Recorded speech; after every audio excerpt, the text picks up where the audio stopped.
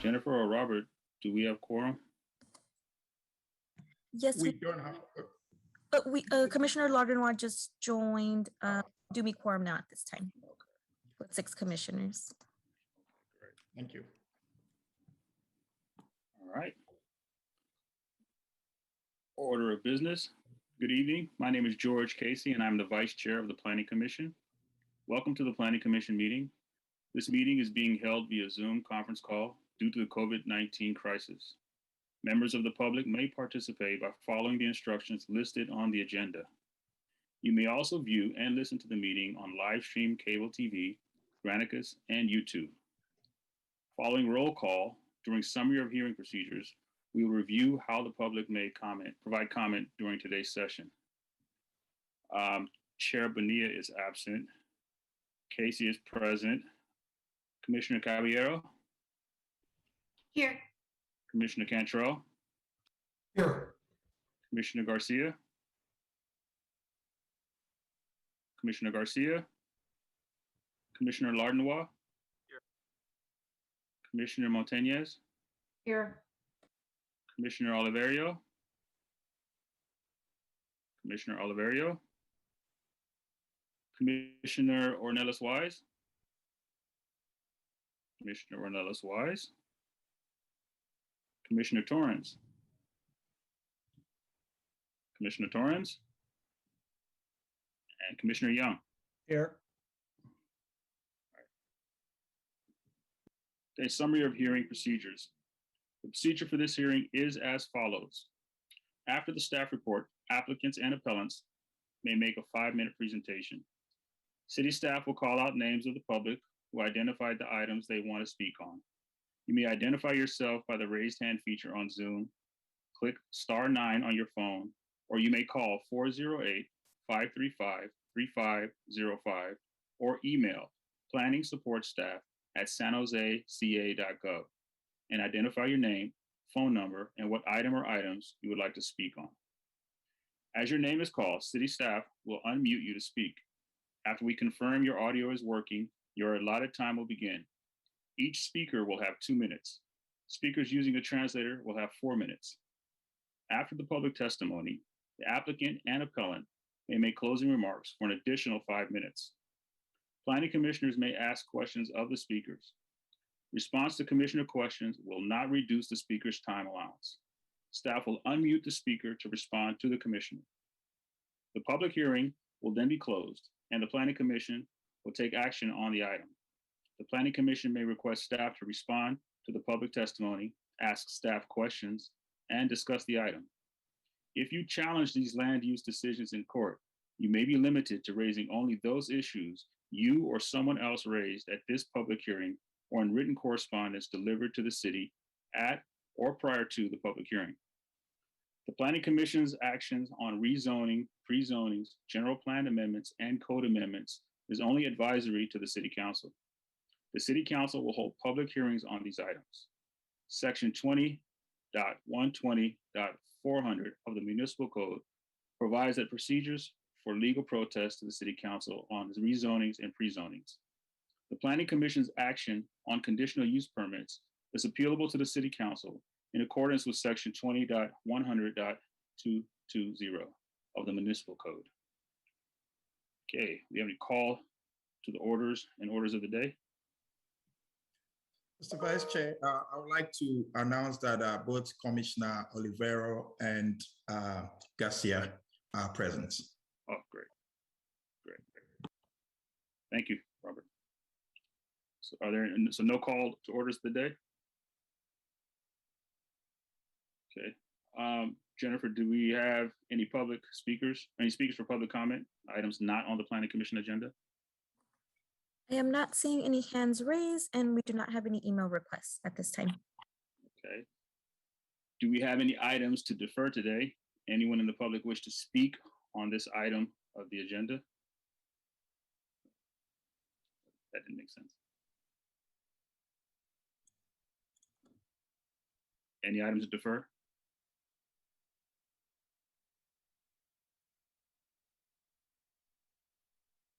Okay, I'm seeing Robert saying no. Okay. Are there any public speakers on items currently on the consent calendar? If yes, we'll remove items from the consent calendar and move to the public hearing to be heard in order. None?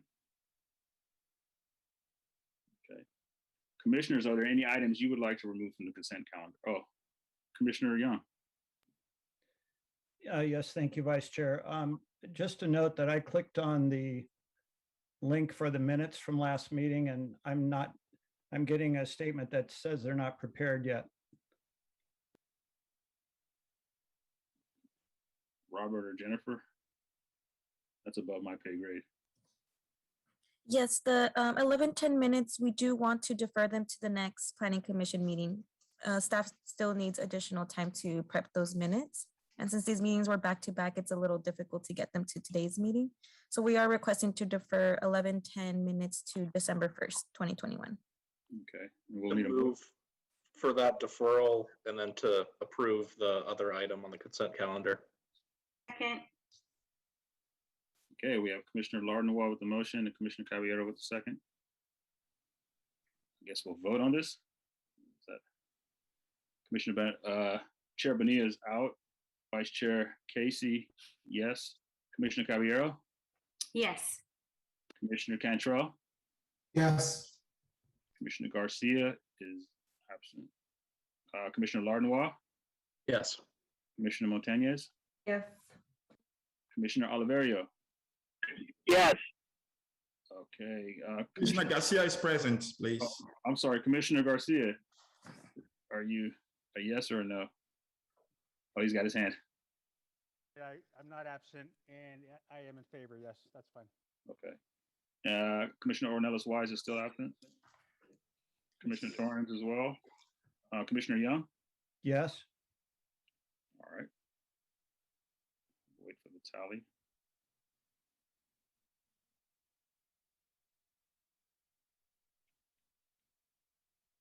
No tally. Okay. All right, should we open the public hearing, Robert and Jennifer?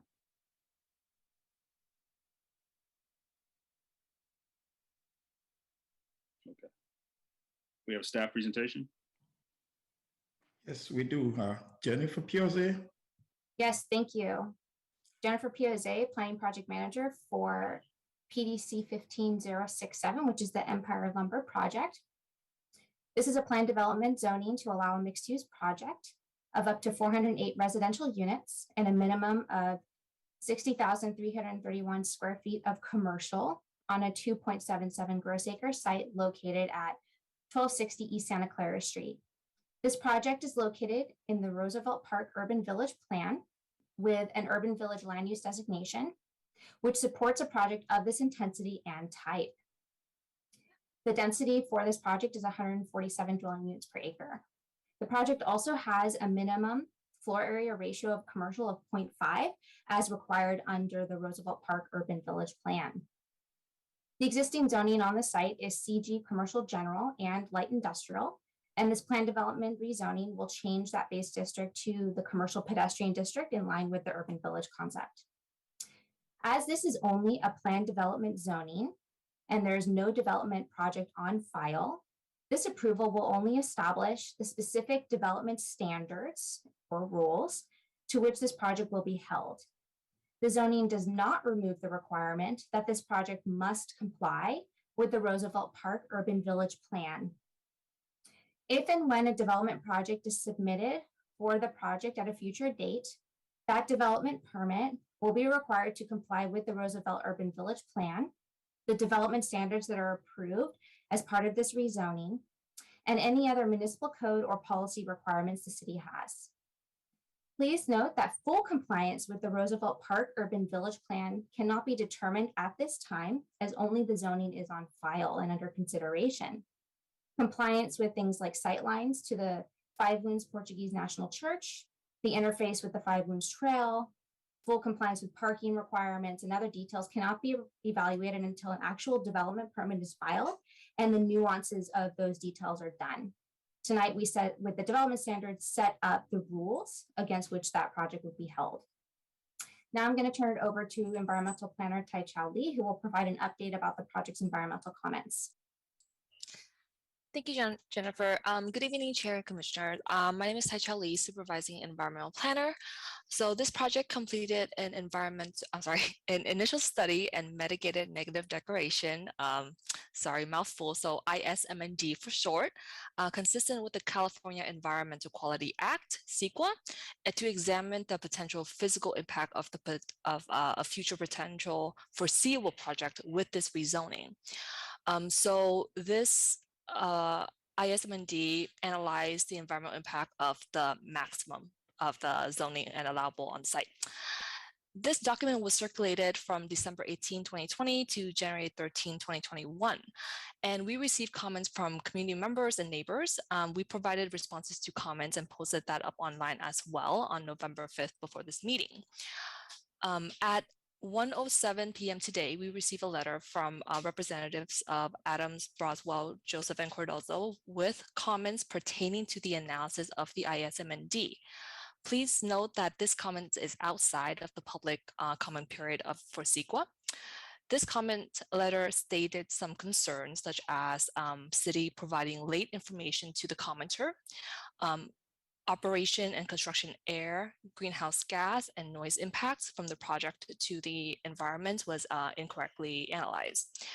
One particular comment that staff would like to address in this claim is that the city, with regard to the statement of the city providing late information pertaining to the environmental analysis that resulted in the commenter not being able to complete its review and analysis to the ISMND prior to submitting the comments we received today. To reiterate, the public comment period for this ISMND ended mid-January 2021. And this commenter was notified during that public comment period. And no comments were received from this commenter during that time. In this letter that we received today, the commenter correctly claimed that on November 3rd, 2021, the commenter requested for information pertaining to this project under the California Public Records Act. The commenter incorrectly claimed that the request was for information pertaining to documents referenced and incorporated in reference by the environmental analysis.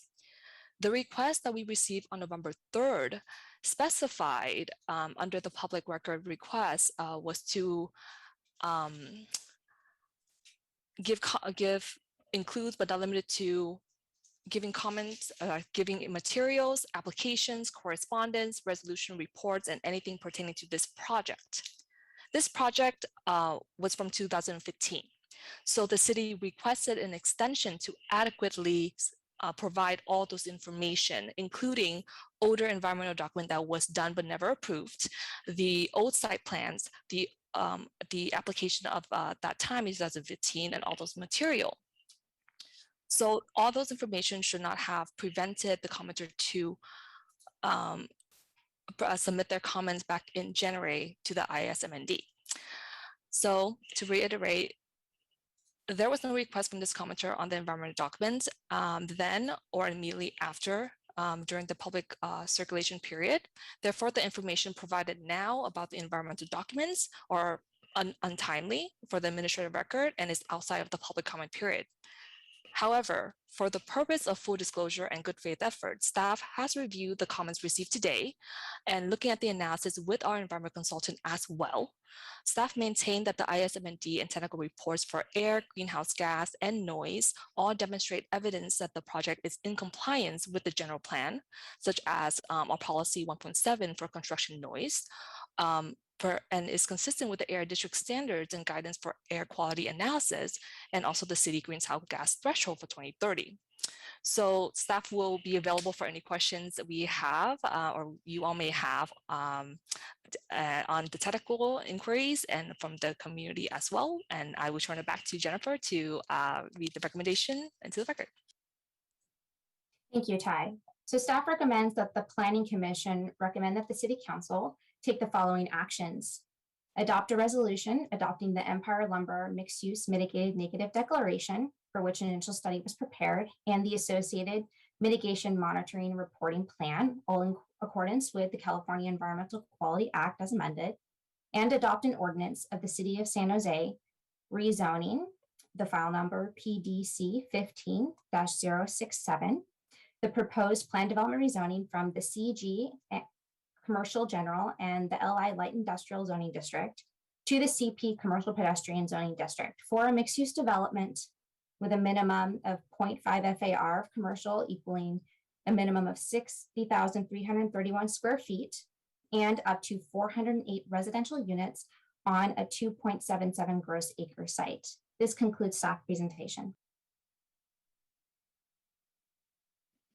Is there an applicant presentation? Okay, I believe we have Mr. Schoenauer. Yeah.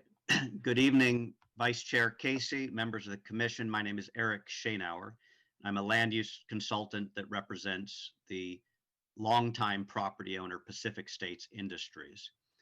And I want to share the screen, and I'm not technologically advanced, so hopefully I don't screw it up.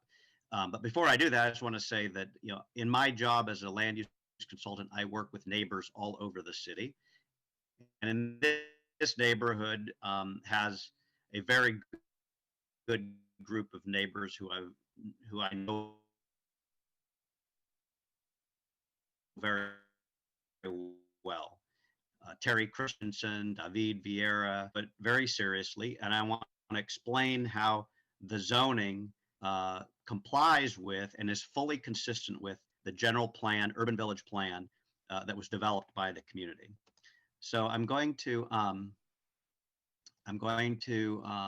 let's see. I'm trying to show something happened here.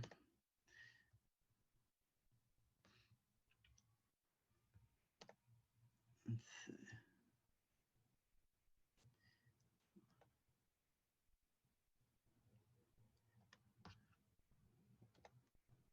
Let's see.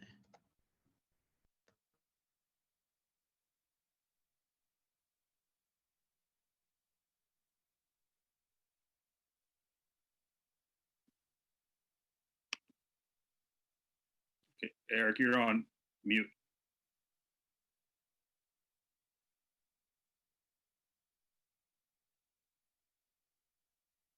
Eric, you're on mute.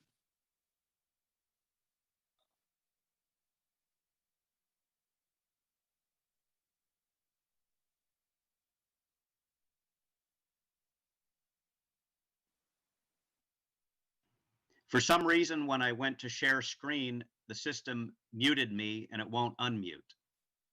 Do you want to maybe turn your camera off and then try it? I'll try. Okay, let's see.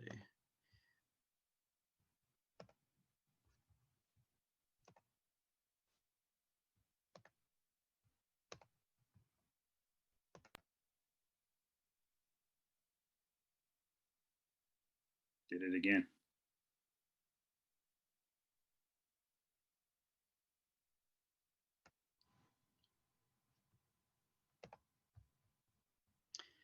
Okay. I'm trying to show the development standards, so maybe staff could pull them up. Every time I put share screen, it goes to mute and won't unmute.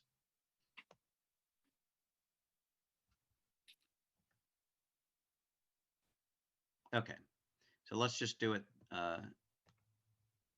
this way. So now you can hear me, right? And the development standards are on the screen, correct?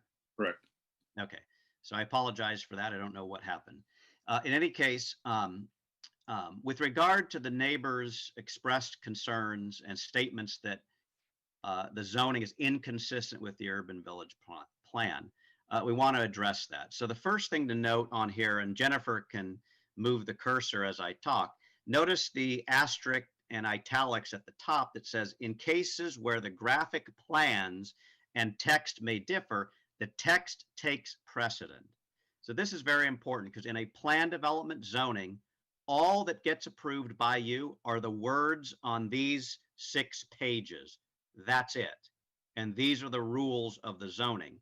So any diagrams, drawings, exhibits that were created over time to give the community a sense of the scale of this project, those are simply conceptual. And you will not be approving any of those pictures. You're only approving these words, and these words are the rules that we have to live by. So the first stated concern of the neighbors was about the interface with the Five Wounds Trail. So if we go to page 3 of the development plan, stop there, you can see the heading interface with the Five Wounds Trail. The development with residential components are adjacent to the trail shall provide entry units, stoops, and porches facing the trail. I believe those are the exact words of the urban village plan approved by the neighborhood, and those are incorporated into the zoning. So the zoning is totally consistent with the urban village plan and the desire of the community. The next concern is building height opposite the church. So if we go back to page 2,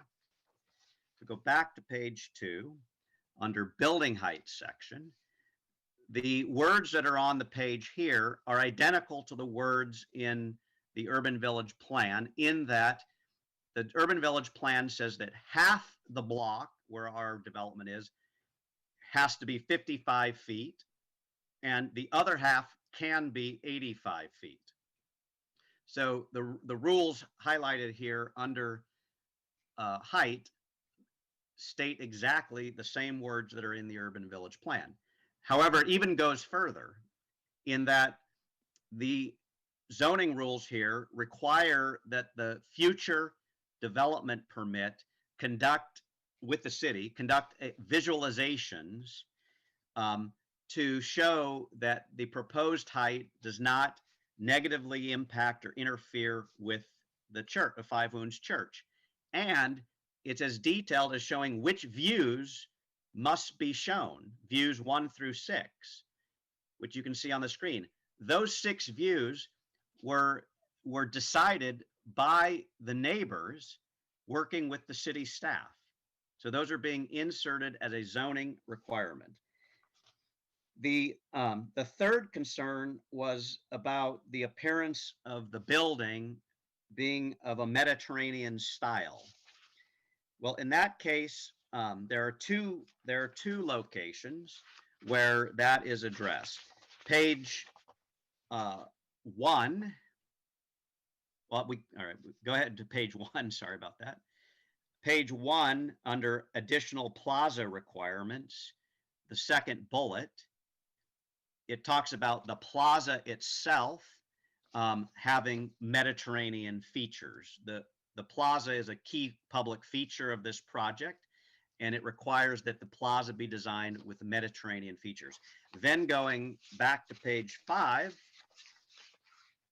under building design, first bullet, it says that the development along East Santa Clara Street shall have Mediterranean style that reflects the ethnic heritage of the area. And it gives some examples of the type of architecture that might be appropriate. 10-second mark. I couldn't hear you. Oh, sorry, I said 10-second mark. Applicants have 5 minutes to speak. Okay, and so so those are the 3 primary statements about inconsistency.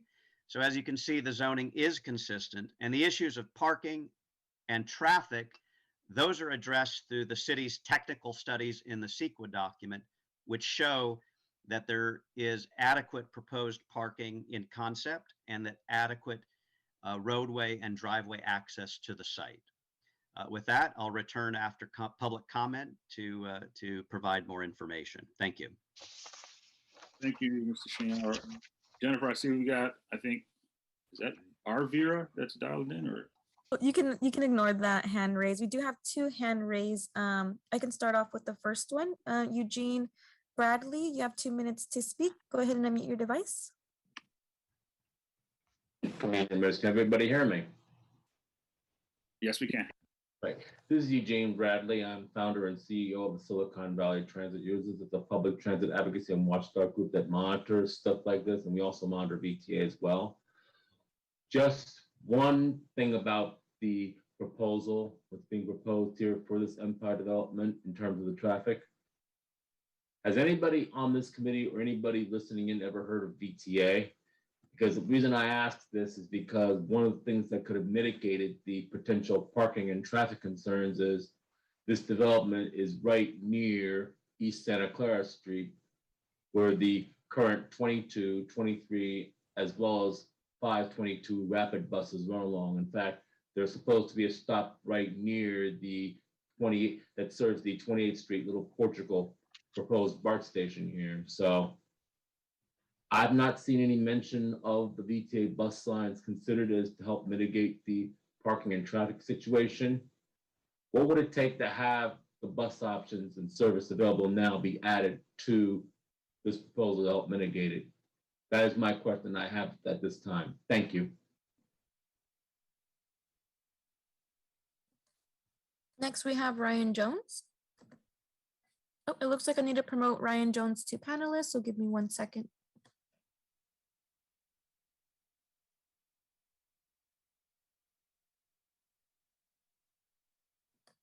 Okay, Ryan, you are unable to unmute yourself. Go ahead and begin to speak. You have 2 minutes. Hello, good evening. My name is Ryan Jones, and I'm a pipe fitter with UA Local 393. I'm concerned that the city has not done a full environmental impact report on this project. Residents in this neighborhood live near the freeway with its noise and its air pollution. This project will generate well over 3,000 car trips a day. The city itself has acknowledged that residents will experience more noise, but claims that the increase is not will not be significant. Sorry. I asked the city to conduct a real EIR to analyze the project's actual noise impacts on residents.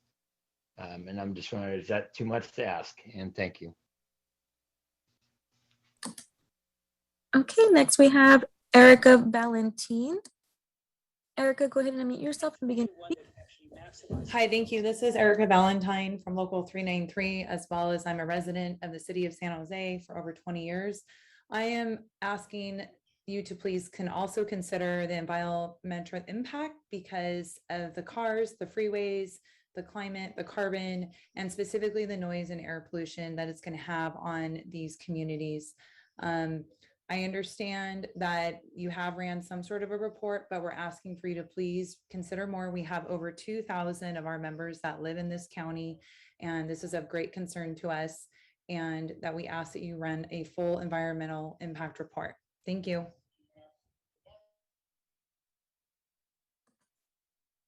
Okay, next we have Aiden Marshall. Aiden, go ahead and unmute yourself. Good evening, honorable commissioners. My name is Aiden Marshall, speaking on behalf of Silicon Valley Residents for Responsible Development. Silicon Valley Residents is an unincorporated association of individuals and labor organizations whose members live and work in San Jose. I'm here before you today to explain the city cannot rely on a mitigated negative declaration to approve the rezoning ordinance and other future entitlements for this project. Instead, an EIR must be prepared. An EIR must be prepared whenever there's substantial evidence to support a fair argument that the project may have significant environmental impacts. Here, the project's unmitigated construction noise is expected to exceed significance thresholds by up to 25 decibels. However, our noise expert determined that the city's mitigation measures will not be effective at reducing this impact. The city must prepare an EIR to make sure that noise impacts to local residents will be mitigated. Regarding health risk, the city claims that the project's operational air pollution emissions will not cause a significant health risk, but the city did not conduct a health risk analysis, so it lacks proof. Rather, our experts found that diesel emissions will increase the cancer risk to exceed the Bay Area standard of 10 in a million. In conclusion, these facts constitute substantial evidence that the project may have a significant environmental impact, requiring the city to prepare an EIR. We urge the commission to recommend against adopting the mitigated negative declaration and against adopting the rezoning ordinance until the city prepares an EIR that complies with CEQA. Thank you very much.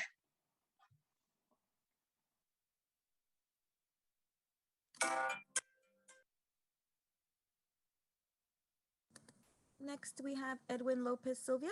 Go ahead and unmute your device. Hello, can you guys hear me? Yes. All right. Good evening. My name is Edwin Lopez Silva, and I'm a second-year apprentice with a sheet metal worker with Local 104. I was born and raised here in San Jose.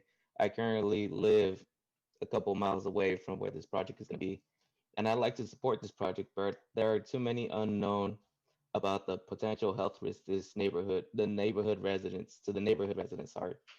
Construction workers like me face a higher risk of cancer because we are exposed to diesel smoke and other air pollutions on the job.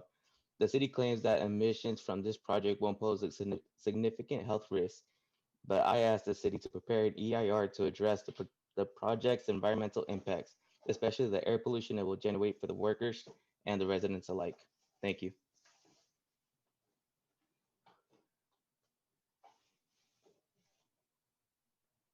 Next, we have Mike Sodergren.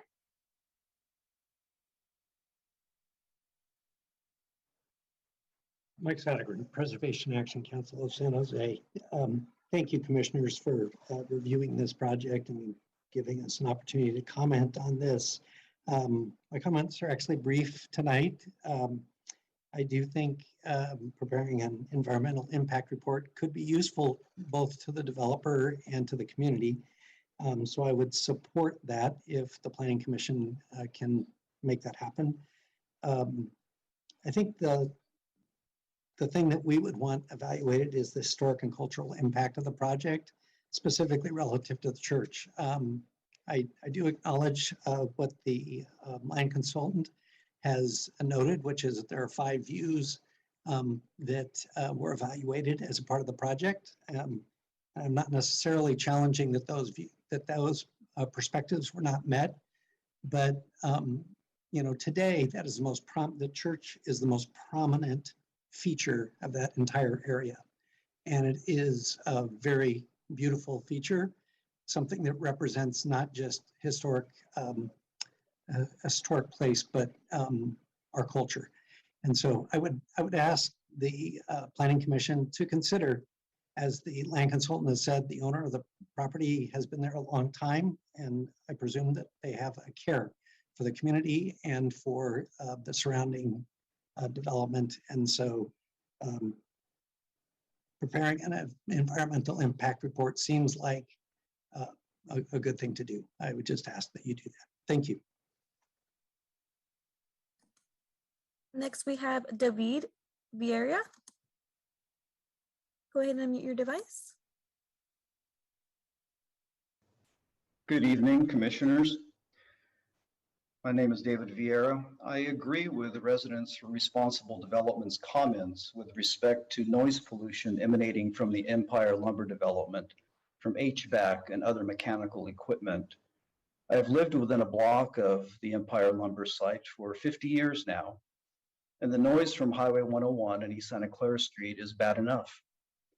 Excessive noise can cause physical, psychological, and cognitive impairment. You shouldn't have to raise your voice to be heard in your own backyard or wear earplugs to sleep. I anticipate further degradation of quality of life for the neighbors in the vicinity of the development should the city allow it to be underparked, meaning that residents and employees from the development will be circling the neighborhood spewing greenhouse gas emissions in search of scarce on-street parking instead of parking where they live or work. Finally, the fact that the development is inconsistent with the general plan and the Roosevelt Park Urban Village plan with respect to the future Five Wounds Trail adjacent to the property should disqualify it from rezoning at this time. The interrelationship between the orientation, location, mass, and scale of the building, per the diagrams that have been presented to us, are not appropriate, compatible, or aesthetically pleasing. The development defies the neighborhood's intent in the Roosevelt Park Urban Village Plan to maintain eyes on the trail. Of paramount importance is the safety of trail users commuting to the future 28th Street Little Portugal BART station or those simply enjoying the trail recreationally.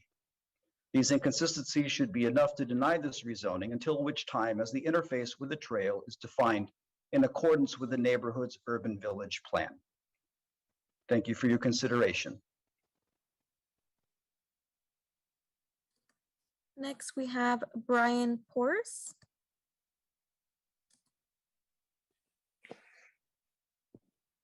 Hi, thank you. My name is Brian Pores. I'm a local 393 plumber and born and raised in San Jose. And I'm asking that the commission perform a full environmental impact report before allowing this to move forward. I'm very concerned about the climate issues this project is going to bring in the area, specifically noise, air pollution, and other climate issues. So please consider doing your due diligence on this. Thank you very much. Okay, Vice Chair, looks like this concludes all of our hands raised at this time. Okay, let's give the applicant an opportunity to respond to public comment. Thank you, Vice Chair Casey. So to start with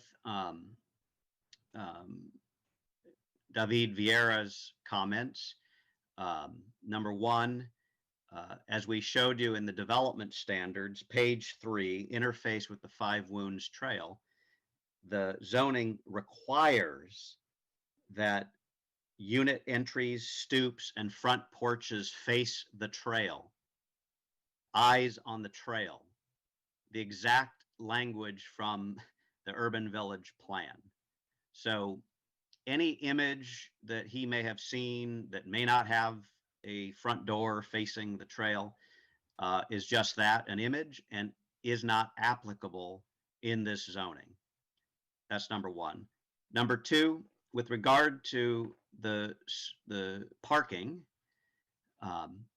this project, like any project in the city, must meet the parking standards of the city of San Jose. And in the zoning, page 3, under vehicle parking, it clearly states that the parking ordinance of the city must be followed. So you either follow the rules or you don't build a project. With regard to the desires for an environmental impact report,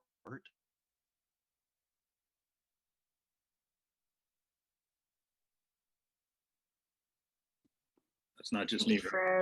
Yeah, okay. Let's give him a second to thaw out here for a second.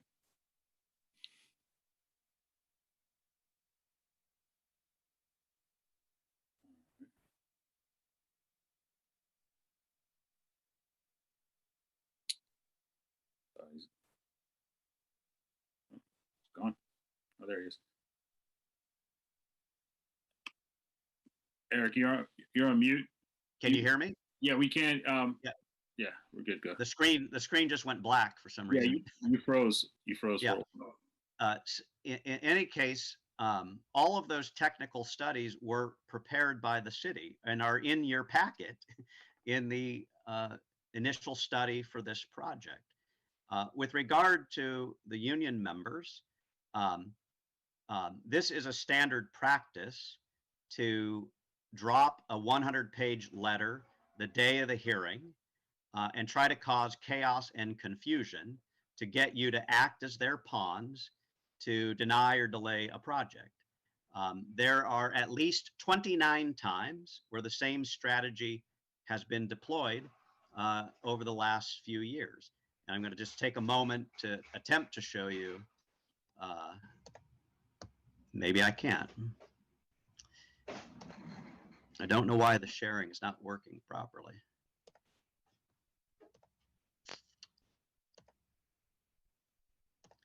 In any case, I'll give up on that, but I will share with you via email 29 times the construction unions have deployed the same tactic. 29 times with projects all over the city of San Jose. They drop on your lap a day of the hearing or day before a 100-page letter with lots of technical rigmarole.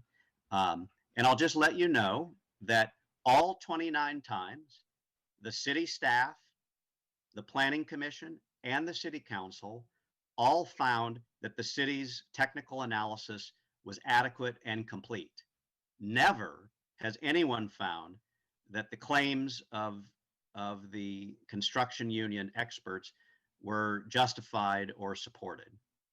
So you have to ask yourself, why do they play these games, delaying housing from being built in our city? And this is an apartment building. The speakers act as if it was a nuclear power plant or a coal power plant or an industrial facility. It's an apartment building. How often have you seen apartment buildings killing people? So I hope that you will not fall for the trick and act as a pawn of the special interest group to delay housing from getting built in our city, because what we're proposing is 100% consistent with the city's general plan and urban village plan, and we need to get on with it to build housing, to support transit along East Santa Clara Street, to support future ridership of BART at the BART station that's a block away. And by the way, the church is 500 feet away from our building, nowhere close to our building. And imagine if we had a silly rule like downtown that no building could be taller than St. Joseph's Basilica. Imagine how absurd that would be. So we're not gonna have any building on the east side of San Jose that's taller than Five Wounds Church. That's not good public policy, and it's not good investment in our community. With that, I'm available for any questions and hope that you will support the zoning so that we can continue to work with the community to actually design a specific project. Thank you. Thank you, Mr. Shinar. We're going to open up to commissioner questions, starting with Commissioner Oliverio, then Commissioner Lardnois, and then Commissioner Cantrell, and then Commissioner Young. Thank you, Chair. This question is for professional planning staff. Since we don't have a project and we just have zoning, what is it in general good practices of planning that you would want next to a future BART station? What type of intense development would the expectation that you would have there? Thank you, Commissioner. The type of intense development are projects like this project that are moving forward. So high intensity mixed use, this has over at 408 units, and then the 0.5 FAR of commercial, so over 60,000 square feet is pretty significant. This is the type of project we look for. In addition, it's going to have the public plaza on the corner, which is in compliance with the Five Wounds plan, the Roosevelt Park plan, that move forward with this community as part of the 4 plans that were prepared back in 2013. And so as Eric stated in his presentation and staff stated in our presentation, this project is in conformance with the Roosevelt Park Urban Village Plan and fulfills those intensification goals that the city and the community stated they wanted as part of this effort. Thank you. So it matches what the city wants next to a BART station. You've talked about a timeline, which is incredibly long to see a development get approved. Certainly the comments made about St. Joseph's Basilica, I mean, I can't imagine downtown not having any tall buildings, but I think if we were looking at this today, we might even say that specific plan isn't really dense enough for a BART station. Is that a fair question that some urban planner might ask in another city who is looking at this to say, you know, why are you limiting building heights to 55 feet next to a BART station when this commission a week ago wanted to have taller buildings on Lincoln Avenue, which doesn't even have a BART station?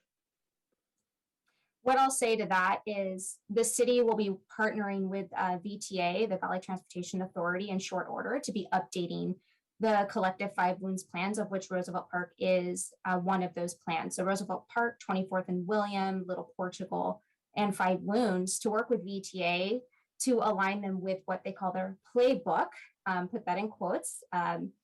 And this is an effort that is underway with staff in VTA to actually look at exactly what you're saying. Is intensification more than what is existing in these plans warranted moving forward, given the fact that that BART station is coming to fruition? So that is something that is coming to the table, and those plans would be before the Planning Commission when that timeline is figured out, probably a couple of years' time. I'm not positive what the timeline is, but it is something that's being seriously looked at because of BART coming in and becoming a reality. Thank you. And it would seem that that reality might actually happen with the $1.2 trillion infrastructure bill, if I saw the billions of dollars that will be allocated to potentially to this project. So, so it sounds like, if anything, the density may, after this review, the density may only increase in this area. It's potential. Got it. Okay. Well, thank you. Thank you, Commissioner Oliveira. Commissioner Lardnois? Yeah, thank you, Vice Chair.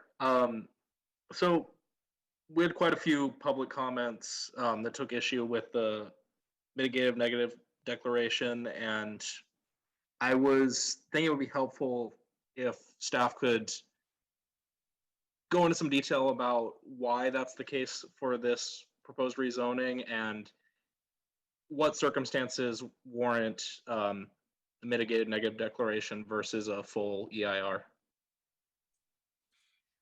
Thank you, Commissioner. So pertaining to the air quality and the noise and GHG and also the cultural, that's some of the comments were brought up, the EIR would really not analyze impacts differently than the initial study. It's just a matter of fact on if there is impact, if we will look at things like alternatives, right? In the initial study that we currently have now, identified that there's no impact that is significant unavoidable. Therefore, there's no need to raise it up to an environmental impact report of the EIR that was mentioned. So some of the comments regarding that just needing an EIR for the sake of an EIR is not why the city can choose to go that way. The project didn't have any impact that would give us the push to say, yeah, let's raise it up to an EIR. And furthermore, as someone has mentioned, that we did look at cultural impacts pertaining to the church as well. And while adjacency are looked at, the initial study concluded that there was no significant impact to the integrity of that church. We're not harming it physically, and we're not putting a building over it, things like that, right? And then for the air noise and GHG, the air and the noise pertaining to construction operation, the project is a mixed use, residential and commercial. So a lot of the impacts would come from operations. Construction is temporary, and we do look at that, and we do have mitigation measure to reduce it in a reasonable way, because the Envision 2040 general plan that noted and stated and acknowledged that there will be temporary construction impacts. It's just what mitigation measure we can apply to reduce it during the time frame. So we do have that for this project. The other one was the air quality, and we actually did have information about operation, and we did note that there will be this X number of trips, and with that, to tie to the region goal, does it increase by X amount, and those are disclosed. So we've looked at the comment letter that stems from that we got today, which also resulted in a lot of comments that we received today about the air and the noise, and the analysis, even with our environmental consultant, concluded that there's some of the analysis that the commenter presented were overstated, and some of the information that they put in their modeling were not consistent and to the reality of what this project would propose. So overall, I guess to shorten the answer is really there's nothing different, except if there's additional impacts, or if there's more impact, then we will look at alternatives for the EIR, which this was not required. I think, David Keon, did you have something that you wanted to speak to this topic, or? Yeah, yes, thank you. Thank you. Thank you, Planning Commission. David Keon, Principal Planner, City's Environment Review Team. So just want to go back to also the reasoning for why an initial study MND was prepared instead of an EIR.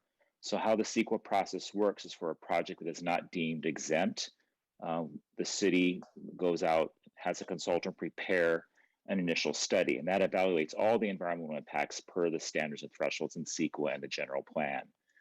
That was done for this project, and as Ty said, the result of this was that there would be no impacts that would be considered significant and unavoidable, meaning that they could not be reduced to less than significant of mitigation. Therefore, that reason, decision was made that this would be an initial study mitigating native declaration, because all the impacts that were identified would be reduced to less than significant. And I would also mention, just again, touch that the analysis in an EIR is not different from the analysis that was prepared for the initial study, except in a few key areas, and that is maybe related to alternatives. Alternatives are shown when they could reduce impacts to less than significant, especially impacts that are identified as significant and unavoidable. Because no significant and unavoidable impacts were identified in this, alternatives would not be very useful in terms of reducing any impacts. So I just wanted to put that out there, that that's the main core difference. Otherwise, the thresholds, the level of analysis is the same in the initial study that is before you today. Thank you. And if I could ask a follow-up question. So in a situation like this where the proposal being considered is a rezoning but not a project, how do you analyze? How do you do an environmental analysis of just a rezoning? Do you just consider the most impactful possible use under the rezoning, or how does that work? Yes, so in the development standard, we also said at the very top is 408 units and how many square footage of commercial. So that's the envelope that we would analyze it for. And if the project were to come in later with the PD and it's going to be beyond that, we will have to do a new analysis. If it's within that, we still have to analyze to make sure that the way that it's designed is still consistent with what we've analyzed and approved. Gotcha. All right. Thank you for those answers. That's helpful. Commissioner Cantrell. Thanks, Vice Chair. So I'm just curious, the previous use for this land was what? There was a car sales building, is my understanding, without on-site storage. It's a used car lot. Okay, so no storage, no. Okay. Well, I think that's it. That's my only question. Thank you. There's a really good taco truck there. Commissioner Young. Yes, thank you, Vice Chair. I'm going to make an editorial comment and then talk about the project. I'm really puzzled why organized labor would come in and oppose a construction project that will create a lot of really great, well-paying jobs, number one. And if there's some sort of strategy to that, I think that's very unfortunate because we need more housing in the city, not less. And for organized labor to come in and say some of the things you did about environmental impacts, both a used car lot and a lumber yard have a lot more environmental impacts than what is being proposed here, which is a residential building.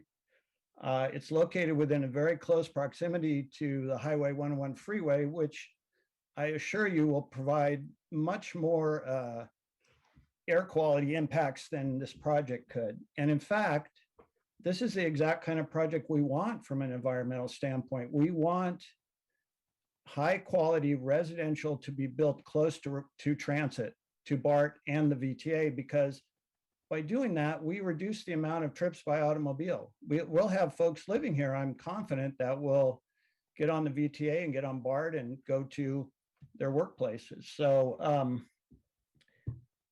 those are my editorial comments. Now let me talk about the project.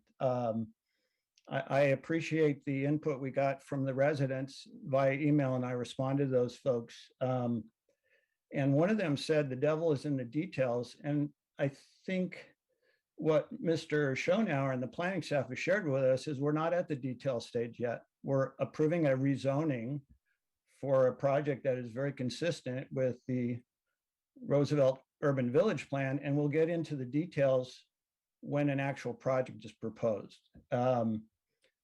It appears to me that there's going to be adequate parking on site. I don't think there's going to be significant traffic impacts based on the study.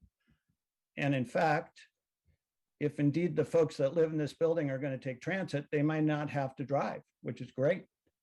It's within walking distance of a new BART station, the VTA. And finally, we are in desperate need of new housing in the city, whether it's market rate, affordable, supportive, and this project would provide a large amount of housing units, which is desperately needed. So I'm going to make a motion that we approve the staff recommendations. Let's second. Okay, let's shelve those two for 1 second. Let Commissioner Caballero have her say, and then we'll come back to the motion. Great, thank you. I just wanted to ask a question about excuse me, my dog is barking. Of course.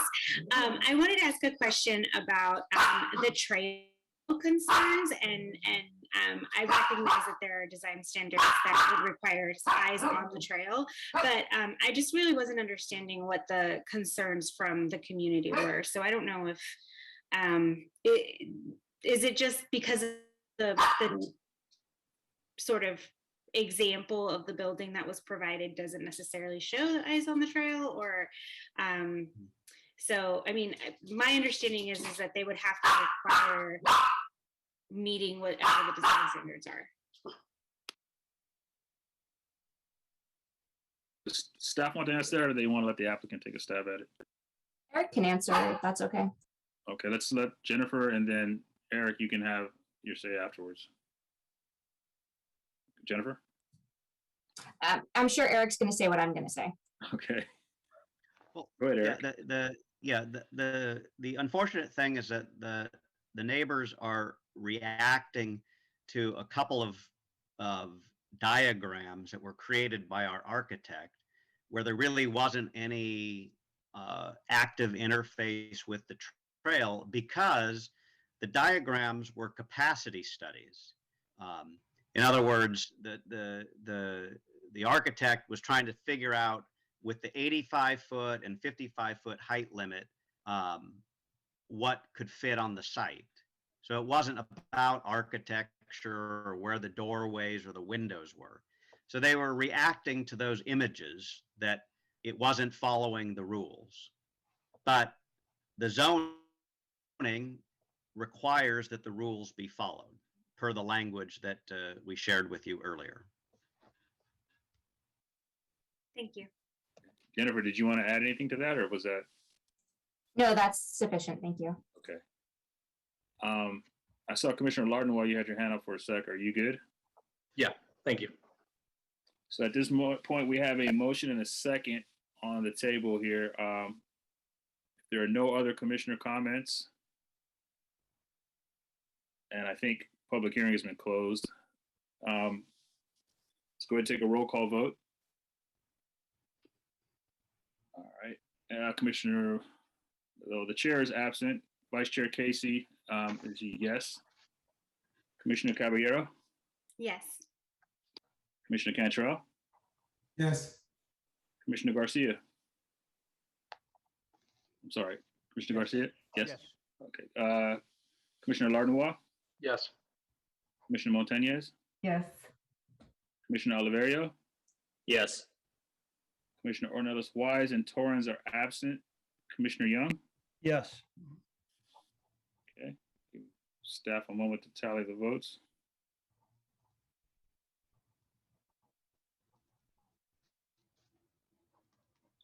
And the motion passed. It's at 7-3, or 7 yeses and 3 absent, or 8 yeses, 3 absent, sorry. All right, I believe that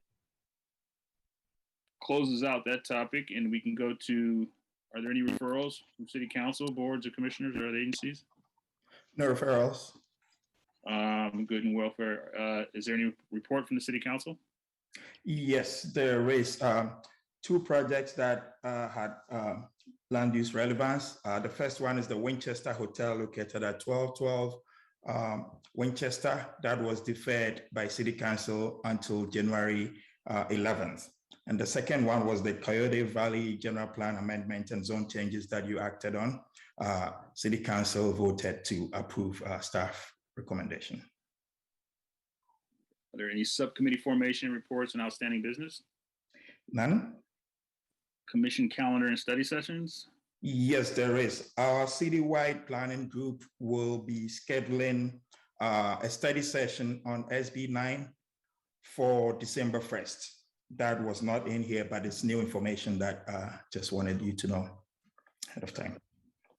And Robert, will that be in addition to our item on opportunity housing that night? I believe it will be a combination, but mainly focused on SB 9. Okay, thank you for clarifying. Sure, thank you. Okay, anything the commissioners want to put out on the public record before we close? Well, Chair, I have one question regarding the planning staff's comment on the study session and then a subsequent topic. Does that make sense to have it? I mean, does staff prefer to have it at one date or move it to a different date? Where's staff's thought process on that? Well, the SB9 is a priority as compared to the other one.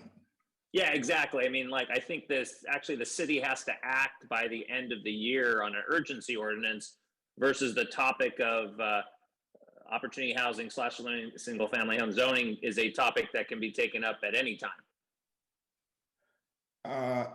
Commissioner Oliverio, I believe what they're doing is they're taking SB9 in the study session. And it may be mentioned in the item, but the item is actually the task force recommendation on opportunity housing, which is a little bit different. It would be a city ordinance on opportunity housing. And my understanding is they're going to be asking for direction from council. So they really are, they're tied together, but they're not the same item. So, you know, the educational study session on SB9 is a little bit different than really the item is, because that's really on the task force recommendation. Okay, thank you. Is my understanding. Thank you. Commissioner Cantrell, you had a question? I was going to say, I thought that they were equally relevant, but it looks like that's not a concern. Okay. Seeing no more comments, I guess we're good to adjourn for the evening. Everybody enjoy the rest of your night. Thank you. Thank you. Thanks, everybody.